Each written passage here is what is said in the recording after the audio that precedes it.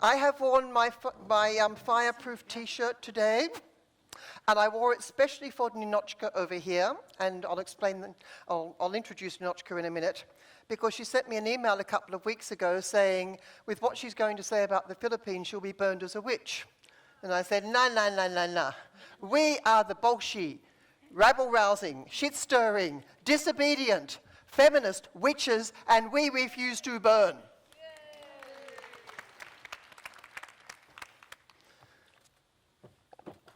Now, having done that little upper moment, I'm going to bring you all down, because we're going to talk today about the state as perpetrator of violence against women.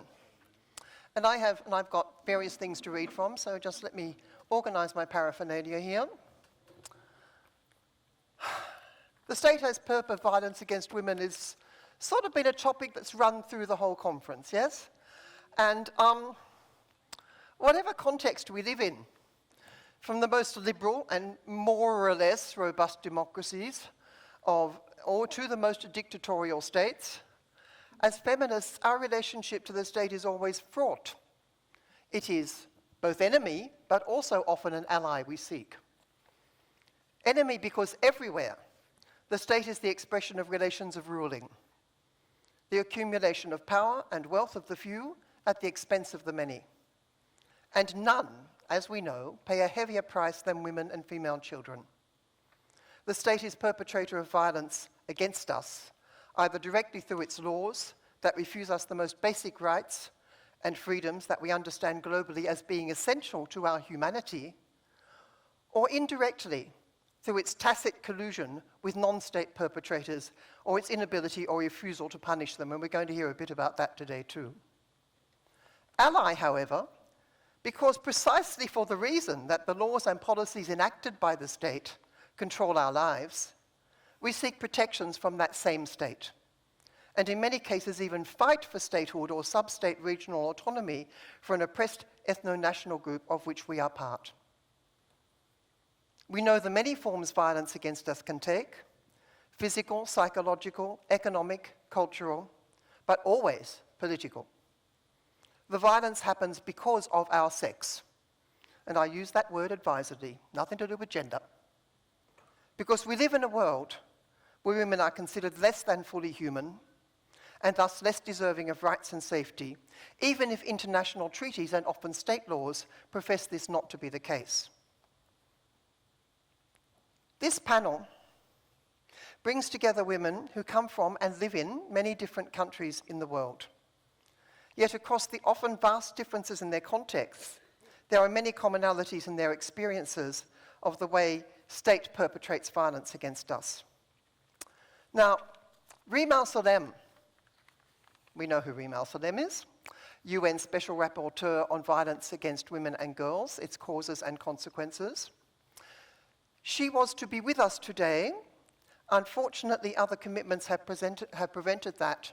So she has sent us something for me to read to you, so you get more of me talking, but you know, that's the way it is. I've just got to call up the document. Now, as you probably know, Reem was appointed in 2021 for a 3-year tenure. And we were very heartened, very relieved, many of us, when her appointment was renewed last year. She has been an absolute champion of women's sex-based rights in all areas, a courageous stance for which, as we all know, she has often been attacked quite viciously. I also really appreciate in Reem that she's a massive supporter of the autonomous feminist movement and consults meaningfully with grassroots feminist organizations. Those consultations are reflected in the content of many of her reports. And I've been at some of them, so I know. She's a great, great, great friend of FiLiA. She spoke in person at the 2023 Glasgow conference, and it was very sad not to be able to be with us this year. But she really wanted me to read this message from her, and I'm going to sit down because it's easier to hold my iPad and not be scared of dropping it when I'm seated. So I'm reading as the voice of Reem. Good morning. Oh, actually, good afternoon. Thank you for the kind invitation to be with you today. And I am sincerely sorry for not being able to be with you in person for personal and professional reasons. I truly regret not being part of the conference which I have attended once in the past. It struck me as a much-needed space where women of all ages, backgrounds, focuses and experiences could come together and exchange, discuss, but above all feel nourished and reinvigorated by the commitment to the collective cause we have as females and to the sisterhood. We cannot and must not, as we have heard a lot this conference as well, take safe spaces for meeting and conjugation such as the one that FiLiA presents for granted. Not when our ability to meet amongst ourselves has come under such vicious attack. 30 or 40 years ago, had a fortune teller told me that women's rights would come under such belligerent global attack that would include the questioning of the very definition and DNA of what a woman is, I would have thought they were lying. I often need to pinch myself to make sure I am indeed wide awake, that I am not imagining the horrendous things I am hearing and seeing about the state of women and girls in today's world. We also cannot afford to lose the sense of international solidarity with each as women and girls, and must work to make it a foundational aspect of all our interventions. International solidarity as a motivational force and necessity has long been recognized in international law. The Universal Declaration on Human Rights underscores the collective dimension of human rights realization, requiring global solidarity to achieve equality.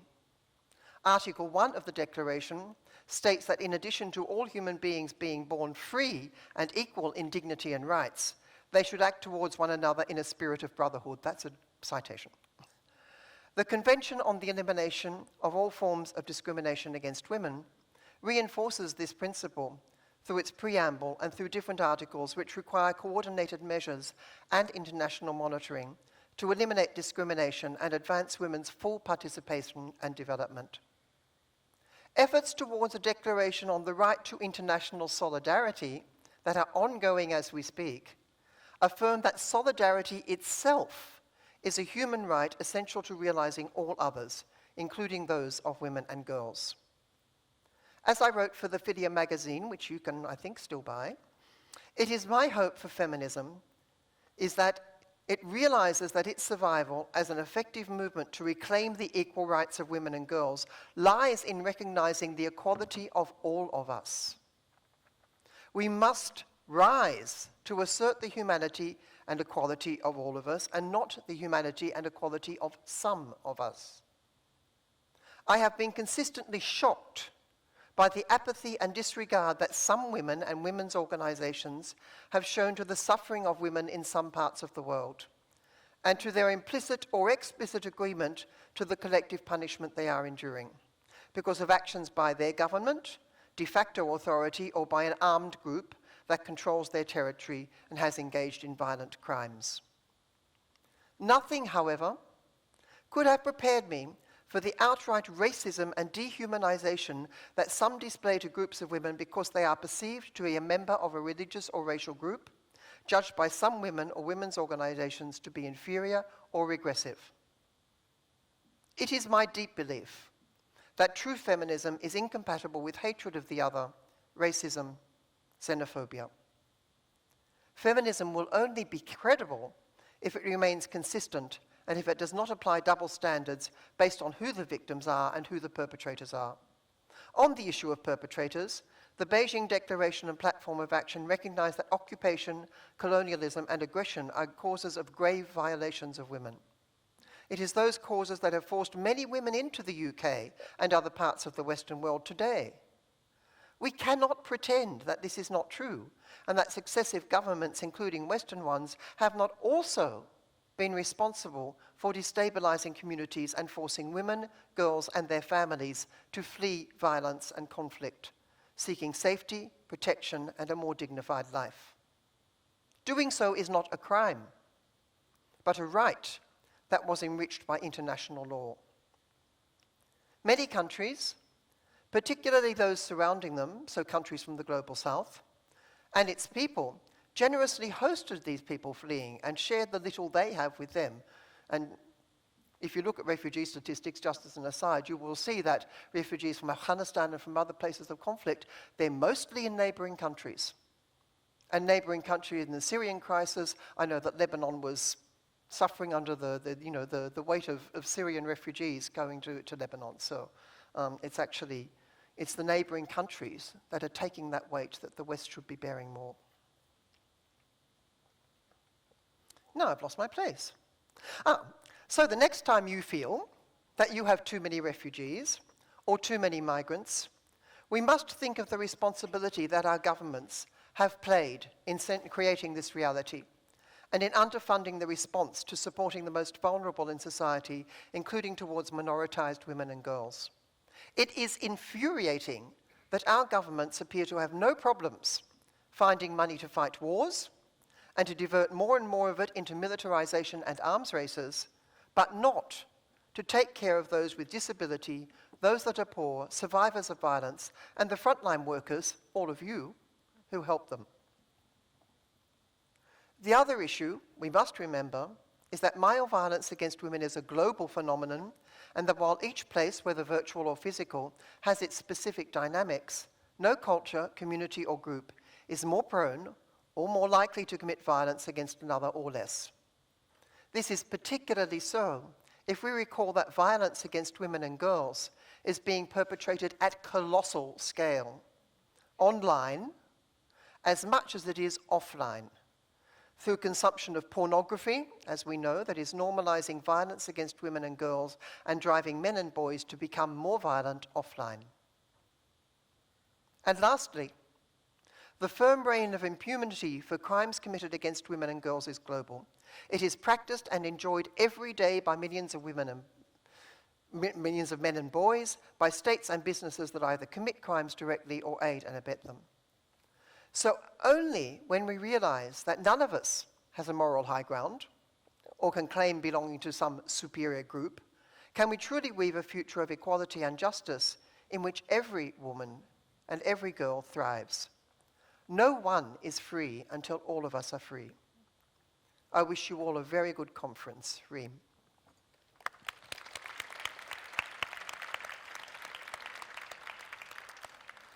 Now I am going to introduce our speakers in the order in which they will speak, and then they will have 7 to 10 minutes to speak. If there's time, I might ask a follow-up question. We can have a bit of a discussion. There may not be time because we have to finish promptly at 3:30 for the stage to be set up for the closing. There's no Q&A from the audience because things are already complicated enough up here, yeah? Because Atana will actually be having consecutive translation from Tuba. So, Mariam, sitting to my left, Mariam Al-Dosari is an academic at Royal Holloway, University of London, where her research focuses on gender inequality in the Middle East. She is also a board member of the Saudi-led human rights organization ALQST and a trustee of South All Black Sisters, as many of you know. Kai Saidi is a Brazilian feminist, director of Women's Association Matria, which focuses on state violence against women in various forms, notably through the erasure of women as a sex class. Atana Daemi, who's up near the end, say hello, is an Iranian human rights and women's rights activist who spent over 6 years in prison for her peaceful advocacy against the death penalty and in defense of women and children's rights. Now living in exile in Canada, she continues to speak and write about state violence, gender-based discrimination, and women's resistance in Iran. Her work is grounded in lived experience and a commitment to justice and dignity for all. Atana does not speak English. She will be working with Tuba, who's sitting right at the end, who will be translating for her. Tuba is a professional translator and interpreter and has stepped in very generously at the last minute to help us out when somebody else could not do it. Then Ninochka, for whom I am wearing this t-shirt. We witches do not burn. Born and raised in the Philippines, and a resident of both that country and the US, is a former political prisoner, writer, novelist, and traveler. She works with the US-based women's organization, I have no idea how you pronounce this, AF3IRM, for Affirm. It's just got a 3 in the middle of it. And with the Philippines-based Dakila Feminist Collective. Or Dakila? Dakila Feminist Collective. And last but most certainly not least, Froha Poya, next to Atana, between Ninochka and Atana, is a feminist thinker with extensive experience in research and community work. She is currently working in the European Network of Migrant Women, where she contributes to initiatives related to violence against women. And for her, we'll be talking about Afghanistan. So, over to you lot. Take it away, Mariam. Thank you so much. Thank you for the introduction, and thank you for having me, and thank you for FiLiA for organizing this. I'm from Saudi Arabia, and I will talk a little bit about the role of the state in not only producing violence, also to reinforce it through through religion. So as we know, in many places, the state have a major role to protect women, but in some part of the world, they are actually the places that fail to protect women, but actively enabling it, legitimize it, and reproduce it against women. So in Saudi Arabia, women have always been instrument of the regime. Sometimes they are covered when the regime wants them to be covered, and sometimes uncovered or unveiled when the regime wants them to be unveiled, always strategically and always for a political agenda. And their freedom, their bodies, and their visibility have been always treated as a symbol of state power, never as a right for themselves. So previously and historically, when the state needed a religious legitimacy after the 1979, and I don't know if Mariam Namazi here, I always blame it in Iran, in the Iranian revolution. Saudi Arabia felt that they are not presented at the center of Islam. So they started to enable Wahhabism. Not only Wahhabism is a very strict interpretation of religion. They're not only enabling it in the country, they try to produce it to Afghanistan, to other countries, Iran, and all of that. And as obviously this Wahhabism created extreme violence within the state, but outside the state. And as usual, women pay for it. So women have been covered, it have been controlled in terms of their education. They became extremely invisible for years and years. Then, after years of creating and exporting extremists abroad, 9/11 happened. Suddenly, the regime needed to look modern and responsible. So it began to showcase a handful of Saudi women, sending them to study abroad, to conferences, appoint them in very few high-profile jobs. Not to end control, it's only to manage their image. More recently, we have the famous Crown Prince, Mohammed bin Salman, or some people like to call him MBS, has rebranded himself as the champion for women empowerment, but this is only PR as well, not a progress. Driven also by international pressure, especially the murder of Jamal Khashoggi, the journalist. Saudi Arabia had got really, really bad reputation after murder him and killing him and getting out of it in international context in Turkey in that time without being holding responsible for that. So after that, Saudi Arabia felt the need that they need to build their image again. And dusted the women, brought them to the front and say this is empowerment. And since then we have seen carefully crafted contradicting. On one hand, headline celebrate first Saudi woman driving a car, first woman traveling and climbing a mountain, and first female being a chef in a restaurant, and so on. But on the other hand, the very women who campaigns for all these rights have been in prison, tortured, physically and sexually abused in those prisons. The message was clear. So all the women who were campaigning for women driving, for women having basic rights, in the same time they announce it, they present them all. Because the message was clear. You don't ask for change, we give it to you. So yes, Saudi Arabia Saudi women have become more visible, but there have been no progress. And I will give you a couple of examples why there haven't been any progress. The first one is the personal status law. The state announced change in the guardian mail system. Women over 21 can travel and without a permission and register birth, marriage, and divorce. But, and there is a massive but here, they still cannot marry without a male guardian consent. They cannot leave a prison or shelter without a male letting them leaving it. And I think a lot of us, the Saudi activists, we find it very annoying when we see in the Western media celebrating women driving. It's a machine. It doesn't mean anything. Women are still controlled. Then they thought that we actually give them a little bit more than they should when changing the male guardian. They introduced the personal status law. And under this personal status law, woman can lose all her right if she perceives disobedience. And they didn't even bother to define what disobedient means. It could be anything and everything. And under that law is codify the guardian maleship. And the irony, it was celebrated in the UN as a new improvement of women's rights. But once you see the law and you read it carefully, you will see that women can lose the custody of her children, can't travel the country and she can't marry without the approval of the male guardian, and especially if she perceived disobedience. And then the state called it as a progress. Another example, if women also perceived as disobedience, there is something called dar al-ra'aya, which translates literally to caring home. Caring home is the only shelter that offers women who face violence through their family or through abuser husband or abuser, any member of the family.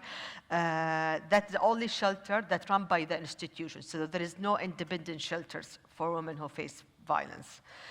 And several reports have been showing that though in the absence of independent shelter, this is the only place women fleeing domestic abuse can turn to. But those state-run facilities function as a detention center for women. So once you enter those shelters, you can't leave until a male guardian approves it. And people, and you might think about why they go to this center, fleeing abusive home, and instead of being protected, they're sending them there, being accused by a male guardian of being disobedience or acting immorally. And by acting immorally, meaning talking to a random man, maybe in the street. Anything can be acted immorally. Being ordered by the judge that for a small offense to go to those caring home. And once women inside those can't leave unless a male guardian approves it. And the irony, it could be the male guardian who is the abuser. So the abuser have to approve that you leave the house. This institution doesn't protect women from violence, they reproduce it. Women inside face isolation, surveillance, strip search, poor hygiene, solitary confinement, and punishment and flogging every week. And report indicates some women try to commit suicide and some women actually committed a suicide. And when the only option for some of the women is to flee the country, the state also doesn't let them go easily. They confiscate their assets. They try to put a pressure abroad for the countries to return them. They try to put pressure also in their family to return them back home. And the percentage of women who flee the country since the appointment of the Crown Prince is more than 1,000. Women trying to flee the countries, trying to find a protection outside the country. And more dangerously, the state has, and this is the last bit I will mention, have invisible red lines. So they claim that there is a progress, they claim that there is changes within the state, but they have this kind of invisible red line. Women doesn't know when they are crossing it.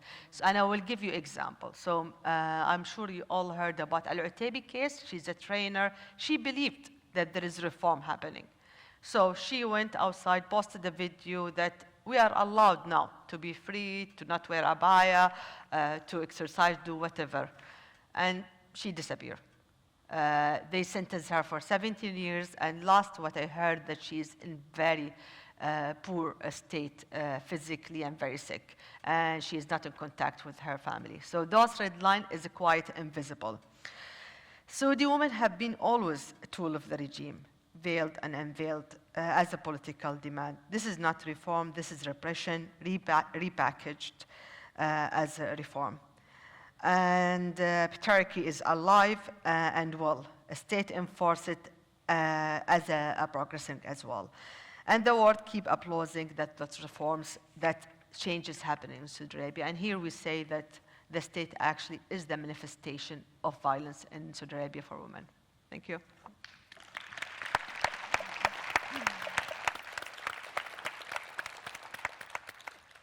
All right, now we're going to go from the deeply Muslim world to the deeply Catholic one.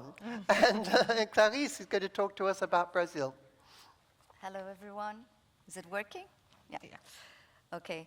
So I'm very honored to be here at FiLiA and speaking to women with such important stories. They really inspire me, and they all come from countries where repression is so brutal and visible. And in Brazil, things are different, but it's all a matter, I think, of degree, because misogyny is different there in its form, but it's still very present. And Brazilian women today live caught between forces that seem contradictory, they seem opposed, but they work together to silence and control us. And in one side, we face conservatism. And as Bronwyn said, we are the biggest Catholic country in the world, but increasingly evangelical, actually. That has also been making a difference in the dynamics.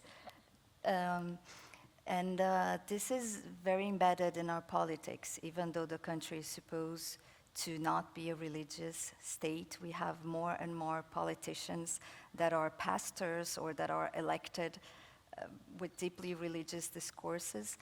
And so most obviously, I can tell you here that abortion, for example, is criminalized in Brazil. So a woman that comes to a hospital bleeding, even if she hasn't tried to have an abortion, she might end up immediately cuffed to her hospital bed because she might go to prison for trying it.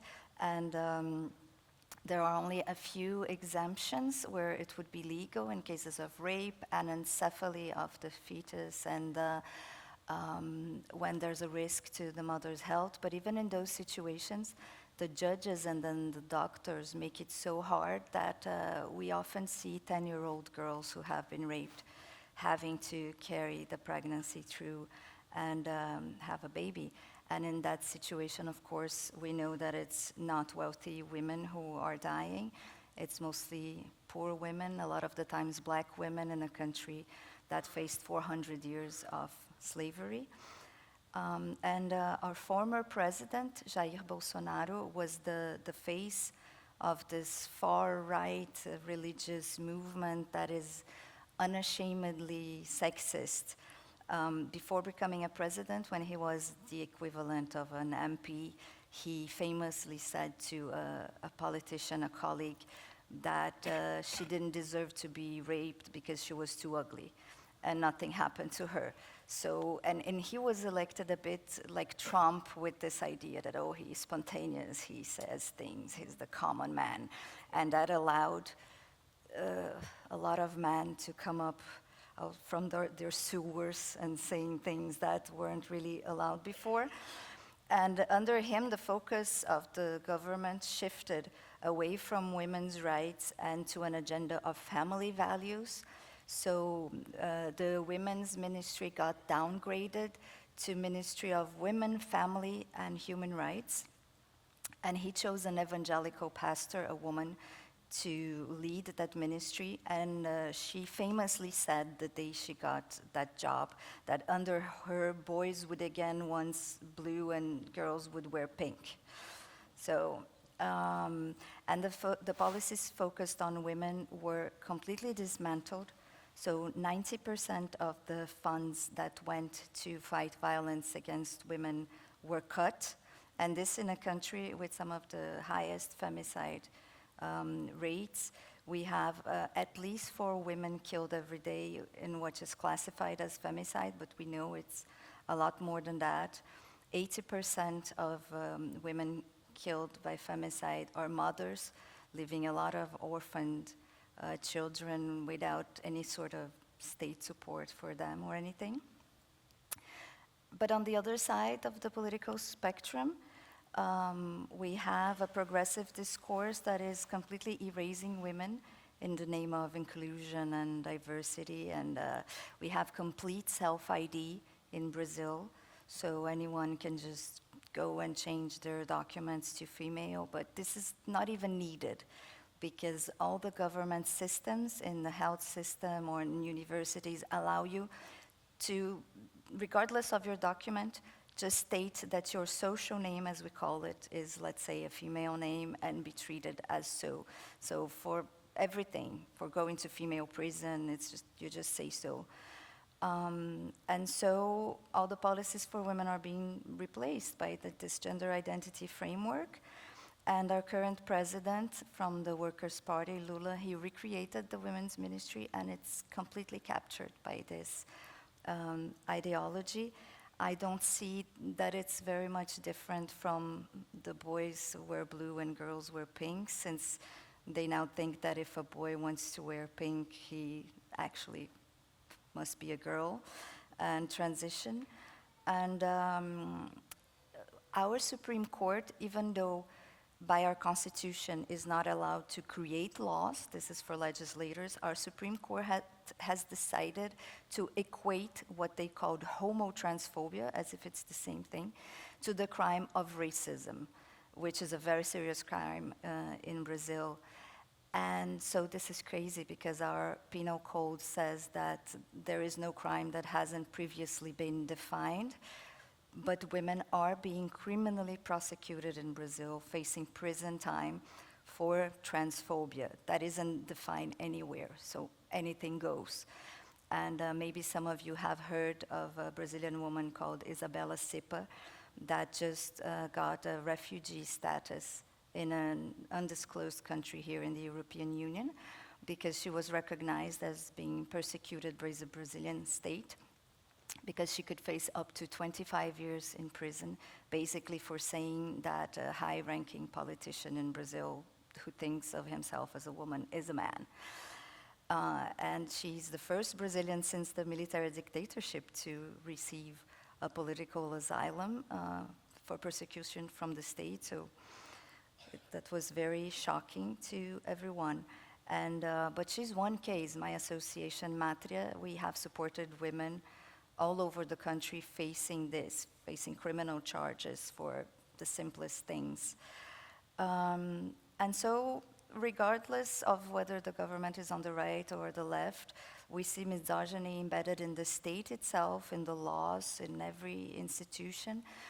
I will just briefly give the example of the subject of my previous talk here at FiLiA, which was the parental alienation, which is the parental alienation law. And I know this is a concept that a lot of you know about, but Brazil is the only country in the world that has a law. And because of this law, what happens all the time is that when women accuse their ex-partners, especially of sexually abusing their children, they are immediately accused themselves of parental alienation, and almost in all the cases, they will lose custody of that child, because the law is based on this crazy concept that the vengeful, crazy woman who doesn't accept the end of a relationship is making things up to manipulate a child, and put the father aside in this relationship. So their mothers are in a very complicated situation, because by law, if you see that a child has suffered sexual violence, you have to report it, but then if they do report it, they might end up losing custody of the child. So this is just a very brief glimpse in the time that I have of a moment, this moment Brazilian women are facing, attacked by all sides of the political spectrum under different guises. It's because conservatives want us back in the home, progressives want to erase our political existence, and the state thinks women are incapable of deciding for ourselves, or crazy manipulators of women. But we resist, we organize, we speak, and we fight. And this is what I'm doing here with all of you at FiLiA, so thank you.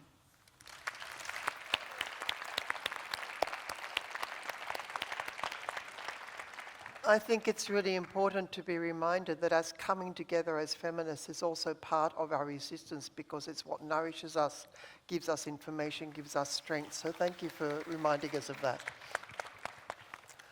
All right, so Athena, right down the end now to Athena. Athena will be working with Tuba doing consecutive translation for her, which means her speech will be punctuated. It will be in short sections punctuated so Tuba can then translate. So you just be patient with that, please. Thank you. سلام میگم به همگی. خیلی خوشحالم که در جمع شما هستم. I say hello to everybody and I'm very pleased to be here with you today. همونطوری که اشاره کردن من به مدت تقریباً 7 سال در زندان بودم و یک مدتی از این زندان رو خب مدت طولانی رو در بند سیاسی با زندانیان سیاسی بودم و یک مدتی رو به خاطر تنبیه من رو فرستادم به زندانی که زنانی در اون بودن که به خاطر قتل، مواد مخدر و جرایم اینطوری در زندان بودن. As it has been mentioned previously by Bronwyn, I was in prison for almost 7 years. Most of this time it was spent in prison with political prisoners, and the last year of my imprisonment was spent in another prison. I was sent to exile as a punishment to a different prison where non-political prisoners were imprisoned, women who were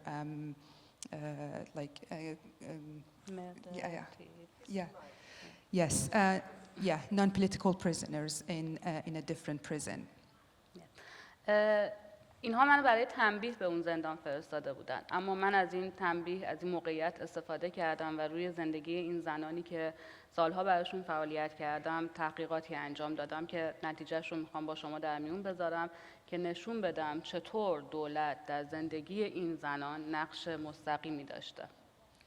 I was sent to this prison as a punishment, but I used that as an opportunity to look into the lives of these women and investigate how the state has actually caused these women commit these crimes.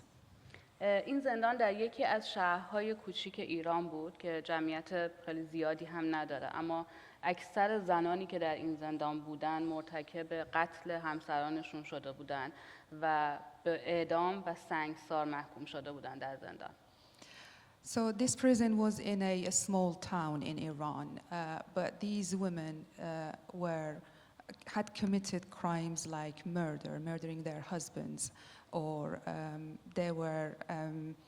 they had been sentenced to stoning and crimes like these.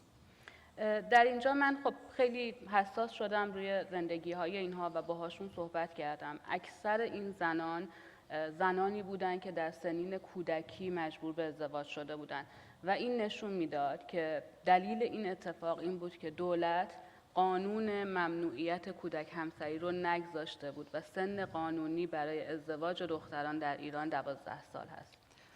So when I studied the life of these women and looked into their lives, I realized that these women were actually victims of the state,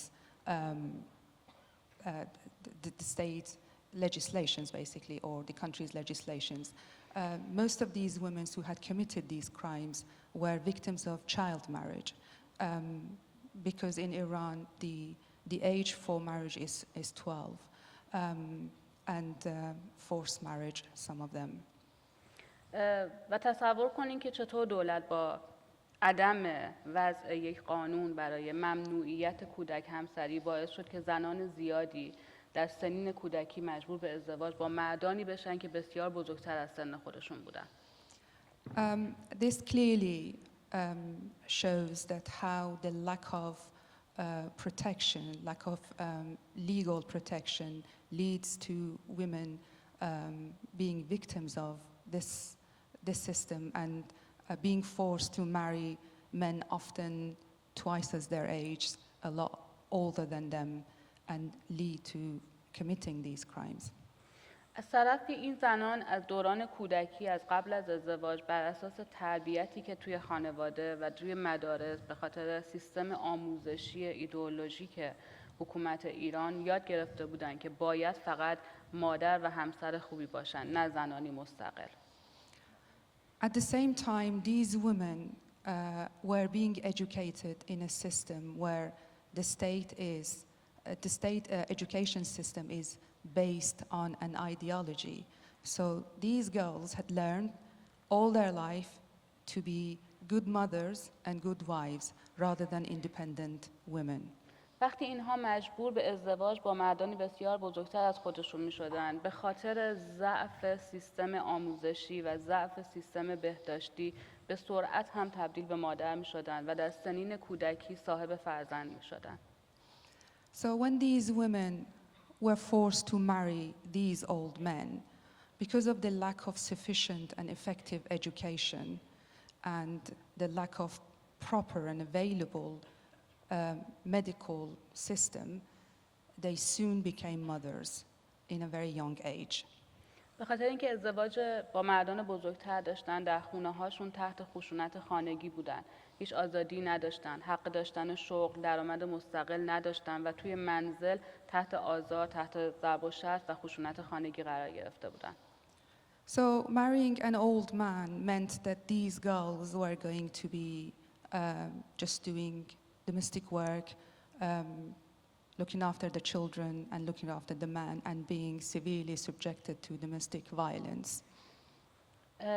و بعد از اون که اینها خب کمی سنشون بالاتر رفت، میخواستن که مستقل باشن، از اون زندگی که داشتن بیزار بودن، نمیخواستن که به اون زندگی ادامه بدن، اما قانون هیچ حمایتی از زنانی که تحت خشونت خانگی هستن و قصد دارن که از همسرانشون جدا بشن انجام نمیده.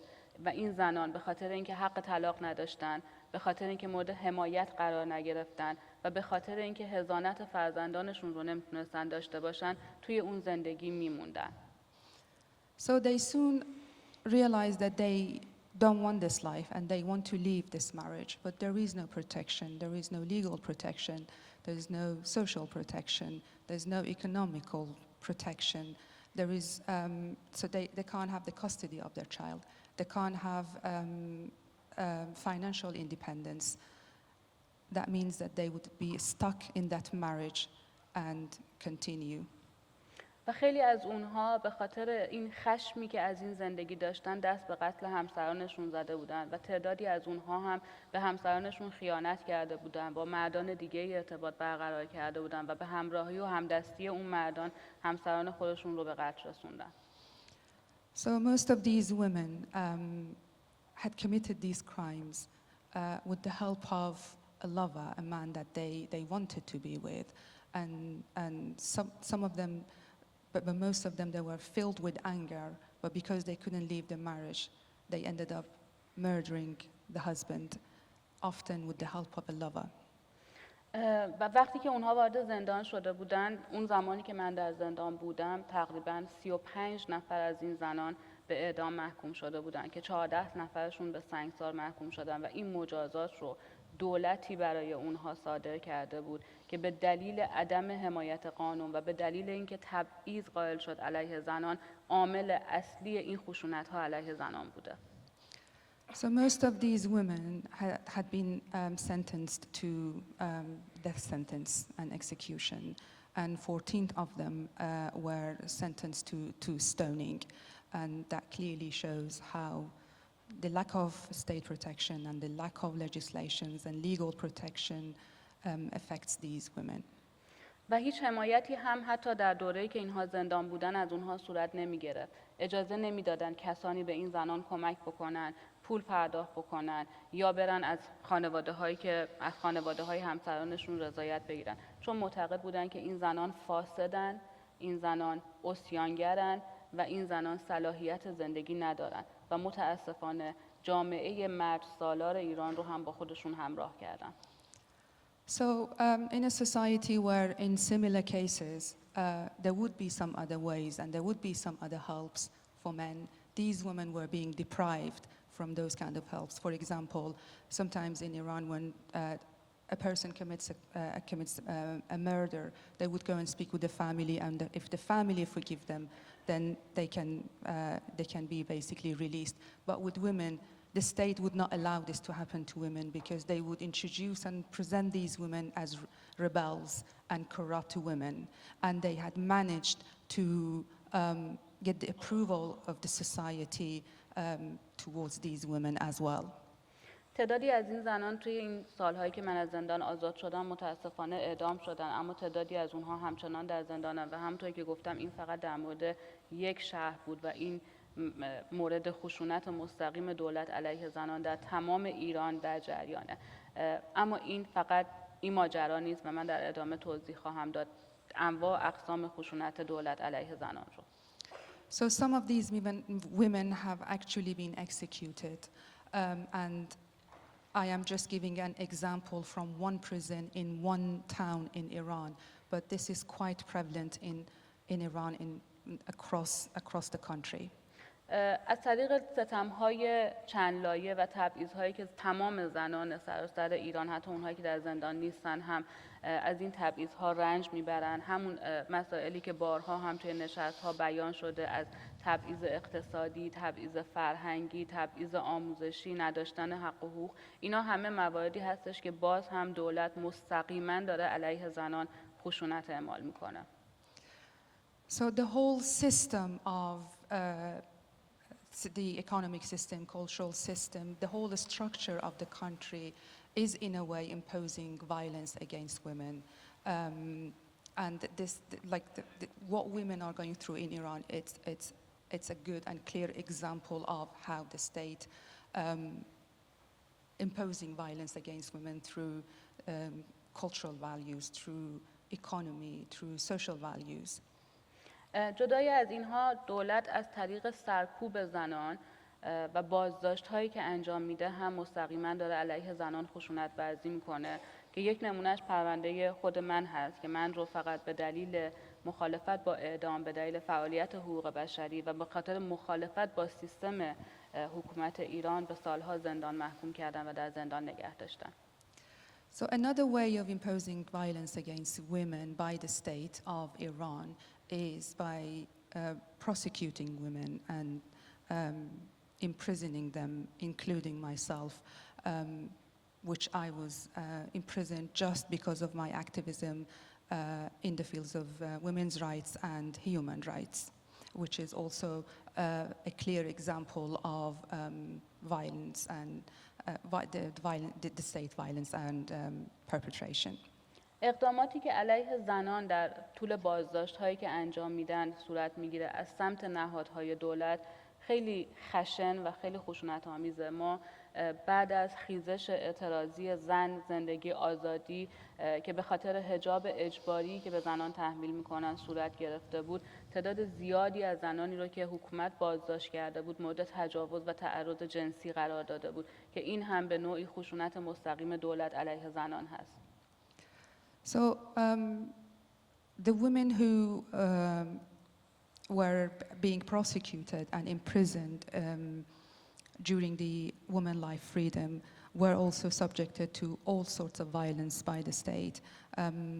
Many women in prison were subjected to sexual violence and so many other type of violence.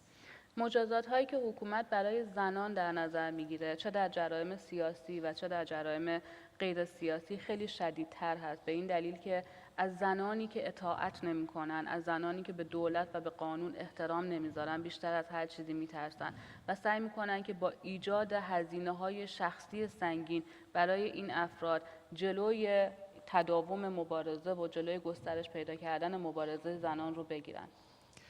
So the Iranian regime usually sentence women with harsher sentences because the state wants to punish these women and it wants to make it costly that their activism and their activities come at a high price because the state is afraid and it fears disobedient women more than any other members of the society. اینها نمونه هایی از خشونت های مستقیم دولت علیه زنان بود، اما میخوام این رو هم به عنوان پیام آخر اضافه بکنم که زنان ایران هرگز دست از مقاومت و مبارزه بر نمی‌دارند.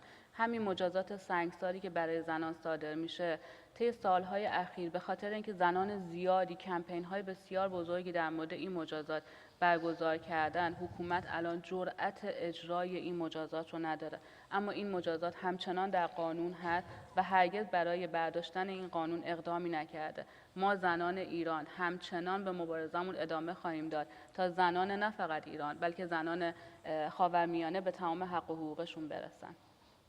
Despite all these punishments and despite all these pressures and difficulties, the struggle of Iranian women will continue. And for example, the sentence of stoning has reduced because the state fears to impose this sentence on women because of the campaigns that they have done. And we would like you to know that Iranian struggles for freedom and equality, not just for Iranian women, but for the world's women, will continue. Thank you so much. Women, life, freedom. Thank you.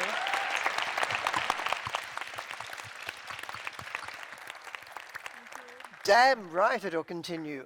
Yes. All right. Go the witches. You're on, Ninochka. Talking about the Philippines. Hi. I'll try to be very concise. You gave me 5 minutes, and I'm a journalist. I count words. The very concept of the state is one that was developed by men.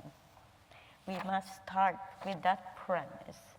The idea of women's rights, of women's equality, these things came very late into the state. I sound like an anarchist, don't I? But women's rule has always been collective.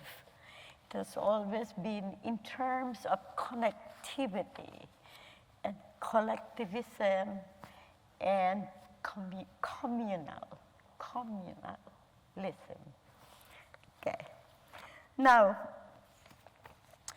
overt state violence in the Philippines is but a very small portion of the violence that state neglect breeds.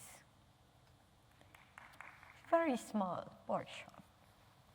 I have 5 instances of grievous neglect. Neglect, first of all, in ensuring that government programs do not encourage the marginalization and exploitation of women. We have the labor export policy that funnels tens of thousands of women every day out of the Philippines into the Middle East, Africa, Europe to serve as nannies, servants, cooks, retail, and health care workers. That's the first. The second is neglect in the implementation of laws protecting women and children. 3, neglect in ensuring equal educational opportunities, job opportunities, and equal wages for equal work. Now, I kind of like condemn certain international agencies which constantly, every year, they come out with this pronouncement that the Philippines has the highest ratio of gender equality in the workplace. That is BS. Just plain BS. The poorest of the poor in the Philippines is the female of the nation. Number 4, there is neglect in enhancing and expanding women's rights, including divorce, reproductive rights, and access to protection from domestic and other forms of violence. We might be the second largest Catholic country in the world. We have no divorce. We have no abortion. Okay. Now, two policies in the 1960s and 1970s continued to be a conduit of violence against women and to warp the culture, making such violence tolerable, acceptable, and even encouraged. Ironically, one grew out of the other. I speak here of the two, the sex trade and the labor export policy. The first women commercially taken out of the Philippines were women from the sex trade, which was built for the US bases during the war in Vietnam. There was a huge expansion of the sex trade. After the bases were pulled out, the volcano got tired of Clark Airfield and blew its top. After the bases were pulled out, the sex trade became a pillar of tourism, okay, as well as an export to other countries. I remember being in Belgium and meeting one of the writers there who had accompanied the king to some of these sex farms, underground sex farms, and there were all these Filipinos working there. Now, these two established the profitability of women's bodies and women's labor, spinning off our continuing massive export of women to all countries of the world. Now, we also export men, but the men exported are seen to be leaving the country in fulfillment of their role as breadwinners of the family. The women who leave, on the other hand, are perceived as the heroic, sacrificial lamb.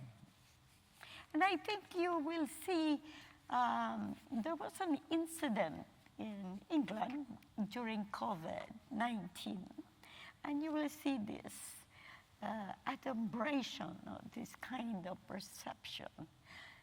When the vaccine became available in England, the first to receive the vaccine was a nurse from the Philippines. Heroic, sacrificial, blah, blah, blah. Okay.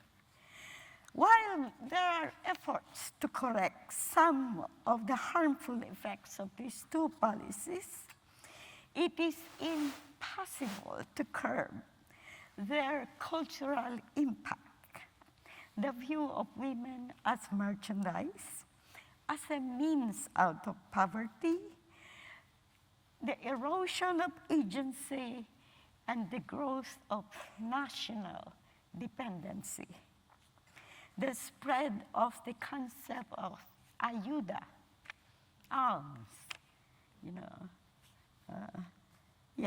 meaning alms, basically. The infantilization of a large segment of the population, as well as the acceptance of selling human bodies as crude capital accumulation. In other words, a form of disguised slavery. We are back to the old system. One effect of this, which is really heartbreaking, is that the country is now the world's top source of child sex abuse porn, per the UNICEF statistics. These videos on the internet and in films include sadism and snuff films. Involvement by government officials and law enforcement in this very lucrative business renders measures to curb the trade almost useless. In 2024, the anti-trafficking budget was Philippine pesos 77 million, approximately 1,325,940 US dollars. And of this money, only 83 sex traffickers were convicted and 3 for forced labor. The profitability of labor export and the sex trade continued to preclude population management itself, because this is a resource for trade. You know, you give birth all the time. So the Philippines is the 14th most populous nation in the world, with a median age of only 26.1 and a dependency ratio of almost 1:1. The country also has the second highest rate of teenage pregnancy in Southeast Asia, with 500 girls aged 15 to 19 getting pregnant every day. As pregnancy among girls aged 10 to 14 rose by 6.6% in 4 years. It is not rare for a woman under 20, do we call that a woman? Under 20, girl, a young woman under 20, to have had 5 live births. The youngest reported birth was to a 9-year-old, meaning she got pregnant when she was 8.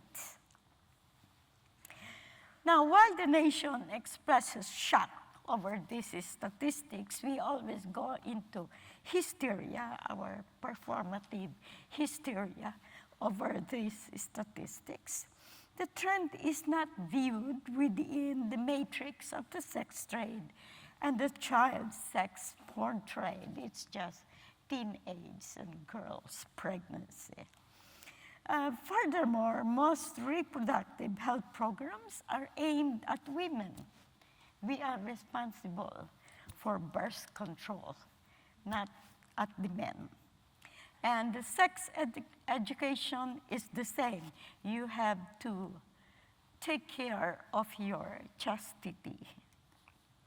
I do not know if the adult males who cause most of these girl pregnancies can be restrained by education.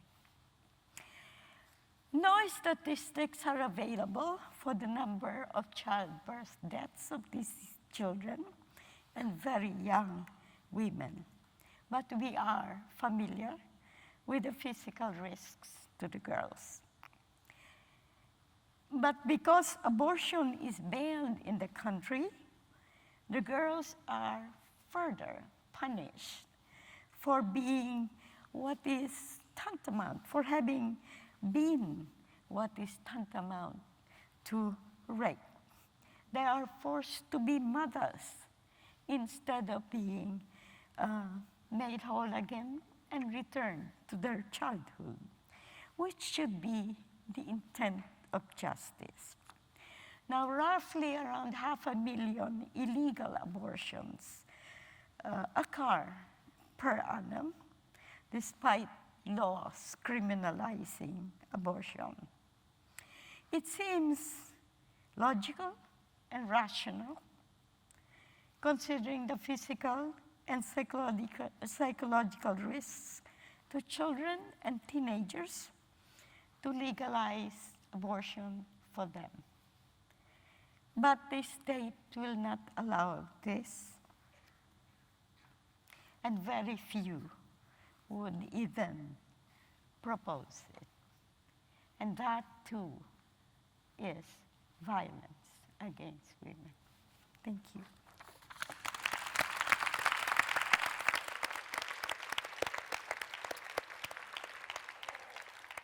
Yes, I believe the Philippines' most lucrative export is its women. I believe the Philippines' most lucrative export is its women. The remittances from The remittances, yes. from overseas workers amount to 11% Of the GDP. Yeah. That and the sex trade. Yes, and the hypocrisy of governments like the Philippine government, the Saudi government that's also, welcoming Philippine maids, and yes. The hypocrisy where we have this religious conservatism and this sexual exploitation sitting side by side. Our last speaker today, as we go from horror to horror, let's finish on a downer today, shall we? But there is hope, because all these women up here are fighting, and are fighting really oppressive situations. And that gives me hope. Because when I despair, I think of the women who are showing such courage in much worse situations than any I find myself in. Speaking of, Frohar will now be talking to us about Afghanistan. Thank you. Thank you so much. Thank you for being here, and thank you for allowing me to speak at this panel. I'm going to start with a very short video of a young Afghan artist, and then I will continue from there. It's 5 a.m.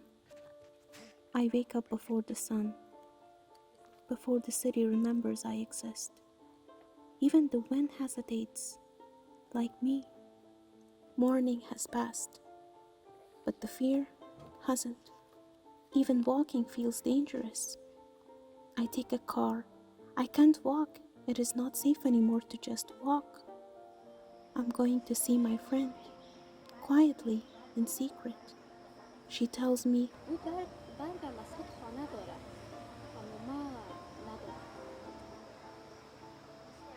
on the way back, I see life, colorful, loud, free, but I pass through it like a ghost. Even the Afghan bakery feels hollow. People are too afraid to come. I try to paint my nails, but it spills, too red, too messy, just like my life. It is not beauty, it is protest. Even ants have homes, a community, a rhythm that no one chases away. They belong to the ground they walk on. I don't. My hair moves in the wind, a small rebellion. I'm still alive. In the corner, my backpack waits, always ready. But I search, I keep going. They don't see us, but we exist. We apply, we create, we resist. I go to the art store. I see what I can't afford, so I leave. The sky turns orange, like an open wound. I open my laptop. I sketch. I don't just sketch, I escape. When the world outside is too loud, I enter my silent world of digital painting. Here, I control the lines. I shape the story. I exist. Each stroke is a memory, a prayer. When I can't scream, I paint. When I'm invisible, I draw myself back. I turn off the light. The room disappears, but my painting glows in the dark, like a whisper refusing to die. This is my voice, my evidence. One day, and exiled.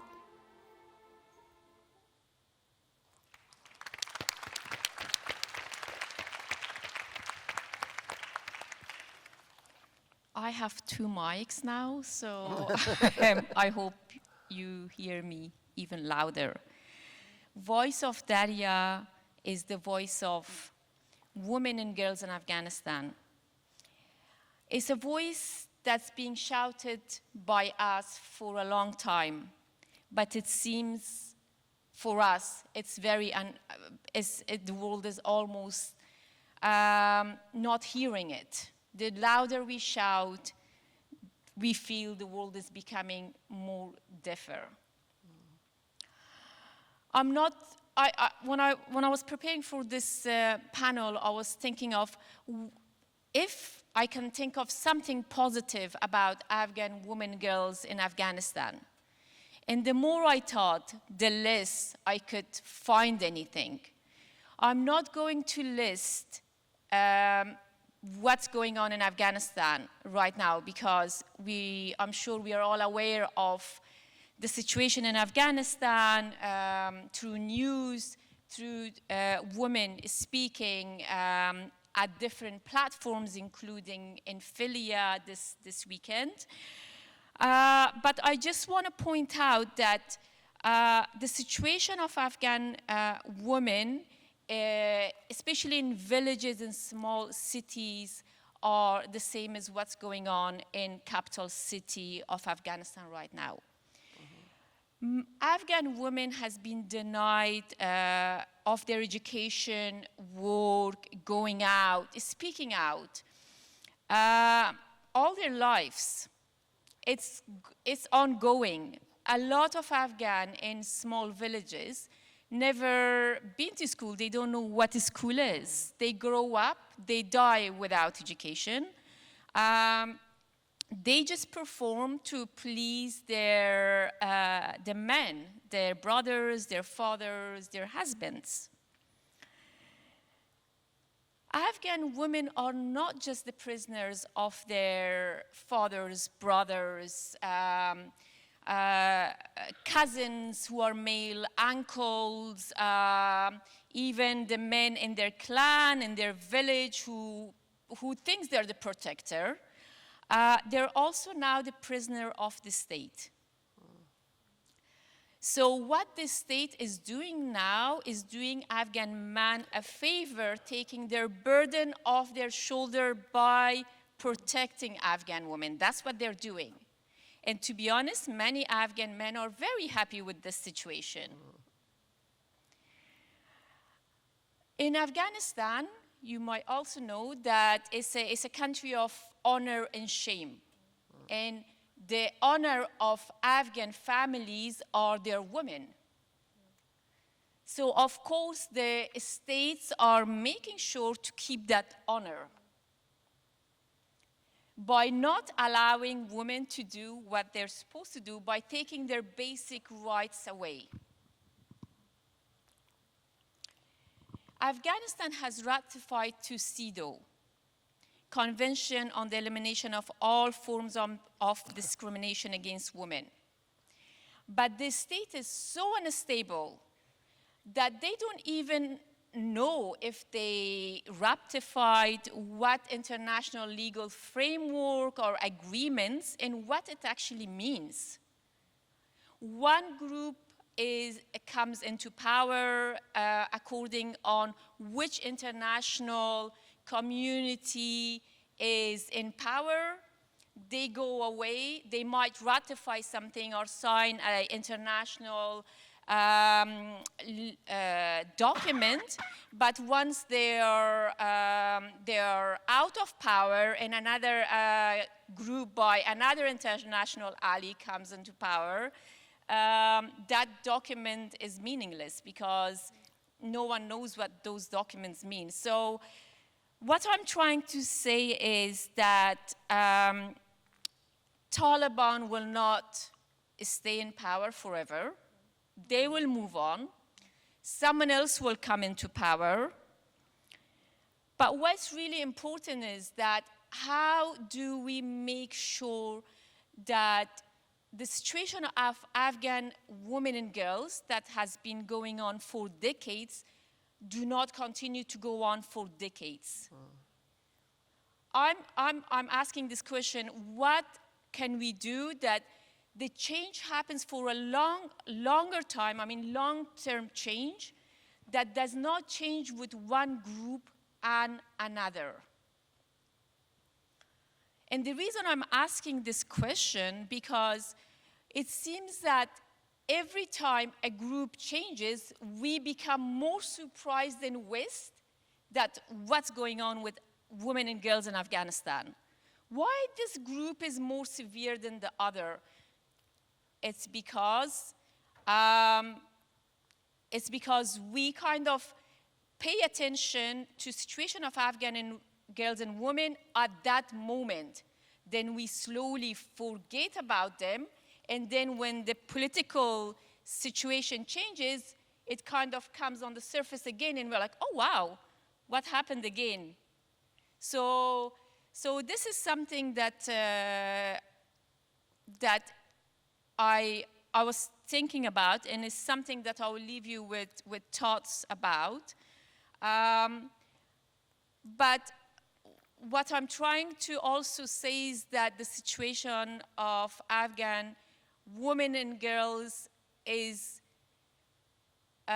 something that it pleases every Afghan man, but it's also, I always say to my colleagues that many Afghan men has the same mentality of Taliban. That's it. I will end it here. So you have a picture of what's going on with Taliban, with Afghan men, and what this state is trying to impose on Afghan women and girls.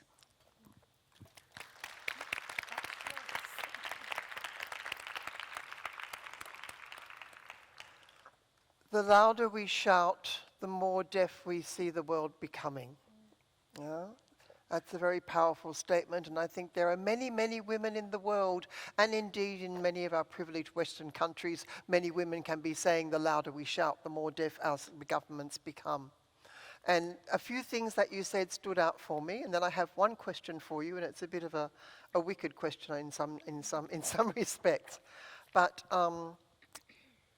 Mariam, you said the government say you don't ask for change, we give it to you. How many times have we experienced decades, even centuries sometimes, of women's struggles, and then the government claims full credit as if by some act of magnanimity they've suddenly given us rights when women have done nothing? How much have we been erased from the history of our own struggle, of our own accession to any sort of equality? You also said, Mariam, there's an invisible red line. Women don't know when they're crossing it. How much and this has come across in practically every single speak today, that the goalposts are constantly being shifted on us. So just as we learn to work with one system and learn to combat one system, suddenly we've got another one. Except it's the same one in disguise. As you said, Clarice, it's the flip side of the, it's the same pink and blue. Yeah? So when we're dealing with this constant gaslighting and constant shifting of goalposts, it's incredibly difficult to create a coherent movement and have a coherent struggle when also we know from what's happening in the UK, we know from what's happening in whatever countries you come from, that there is a lot of disinformation that people are also being swayed by with obviously often the best of intentions. People of goodwill and good faith, but very much prey to the sorts of disinformation we're getting all over the place. And there was one other thing that stood out. Oh yes, Adnan, you said the whole system of the country is the institutionalization of violence against women. And I think any one of us in this room could possibly say that. So when we are dealing with that institutionalization, with that disinformation, that shifting of goalposts, that gaslighting, that erasure of our history, when we're up against such bleak odds, I'm going to put a very difficult question to every one of you. What can we do? What's going to fix it? Sky's the limit, whatever you want. What is one thing that will help? I got some flipper dancers backstage, so we'll see what they say. Shall I go first? Yeah, Mariam.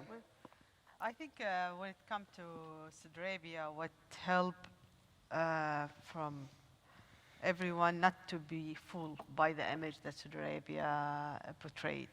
We've seen journalists, we've seen politicians, we've seen even academic. I even talked to people on the street and they say, well, it's very good in Saudi Arabia now for women. And that's the most hard thing to hear. When you leave your country, you sacrifice a lot to fight for women. So I would say for normal people not to fall by it, and for politicians to put back the human right and women right when they negotiate their deal or their business. And have women at the negotiating table. Oh no, we'll be done. That's a bridge too far, perhaps. Yeah. Actually, while you're all thinking about your answers, because I can see you all going, oh dear, what am I going to say? In the session that Mariam was also in, actually, when we were talking about Israel and Palestine and Serbia, and Rada Mokos, who's a Palestinian, very out lesbian, and probably the first Palestinian activist working for Palestinian people to be really out as a lesbian. She said that, she was asked a question about the peace negotiations and ceasefires, and she said, look, we're not going to get anything that's worth the name until we've got women doing the negotiations. True. Farha. So I think getting rid of men for a while, we might fight, we might pull each other's hair, we might really hit each other, but I know at the end of the day we will come together again and solve the issue in women way. Because the resistant, the patient of women, the multitasking of women, something I realized in my personal life, men cannot do. And really, I'm being serious. Let's put them in an island somewhere they cannot reach us for a little while so we can rebuild the world, and then they can come back if we really want them. Sky's limit, and I'm giving you the limit. Yeah, absolutely. I want ambition here. Women who seek to be equal with men, what do they lack? Ambition. Remember that badge? من میخواستم بگم کاری که ما میتونیم انجام بدیم ولی فکر میکنم تا الان یکم کم کاری کردیم. اول از همه اینه که ما نیاز داریم از تجربیات هم بیشتر بشنویم. اینکه من به عنوان یک اکتیویست ایرانی وقتی با مشکلاتی که در ایران دست و پنجه نرم میکنم نیاز دارم بدونم که مثلا در رابطه با کودک همسری یک کشور دیگه‌ای که این معضل رو نداره چه کارهایی انجام داده که تونسته به این موفقیت برسه. Yeah, so I would like to say that something that we probably haven't done enough of it is to share experiences and use our experiences. As a woman activist who comes from the Middle East and comes from Iran, I have a different experience from, for example, child marriage than another country, and that would probably help us to achieve what we want to achieve. و یک مسئله دیگه که میخواستم فکر میکنم که اهمیت داره اینه که جمعیت زنان کم نیست و جمعیت گروه‌های فمینیستی برابری خواه هم کم نیست و ما فکر میکنم که باید به یک همبستگی گسترده برسیم. همبستگی به این معنا نه که فقط از هم حمایت بکنیم، فقط از هم دور هم جمع بشیم یا همراه هم باشیم، بلکه باید عکس العمل داشته باشیم، باید اکت داشته باشیم و باید مانند صدها سال پیش که تونستیم حق رأی رو با مبارزات زنان به دست بیاریم به همون شیوه ها. من تعجب میکنم وقتی که الان میبینم تظاهرات های بزرگی ایجاد میشه برای ضد مهاجران ولی در مورد حقوق زنان اینها نیست. Another thing that I was going to emphasize on is that we have to take our numbers seriously. We are a large population, women are a large population, and we have to use that to our advantage, to come together and have solidarity, not just in words and not just expressing solidarity, but actually getting together and acting upon our solidarity. And it comes to my surprise to see that there are a lot of protests in the country, anti-immigrant protests, but not protests on that scale for women's rights. And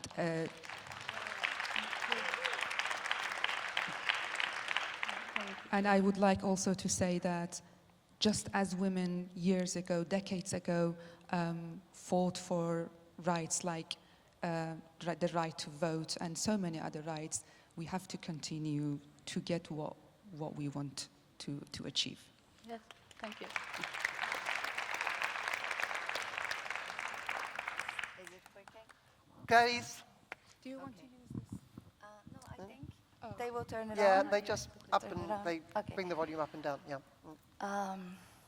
Now, considering everything that has been said and basing this answer in what we have been dealing with in my association in Brazil, is that we have got to learn to work together despite our differences.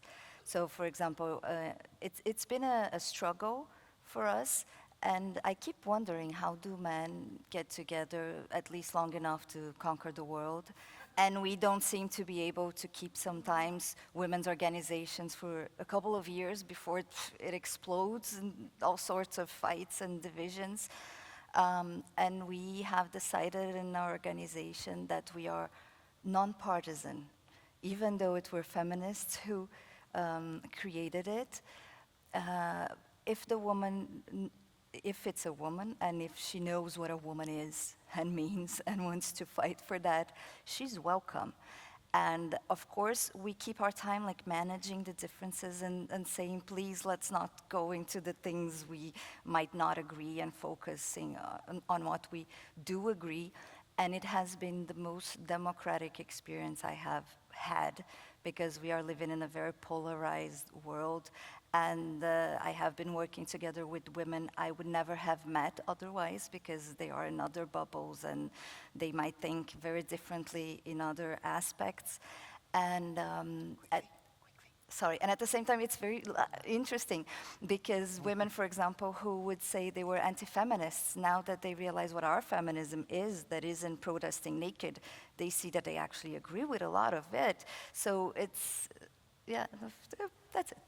Work together. And I'm seeing the clock at the front of the stage. All right, so working across our differences, absolutely. Solidarity, strength in numbers, and let's send all the men off to an island for a while. I think that's a really good idea. I have to stop on that note because I've got the buzzer right in front of me here and drums are coming on. Quickly, at the end of the session, I promised backstage we'd vacate the stage. No, one sentence. One sentence, that's all you get. Do not be distracted.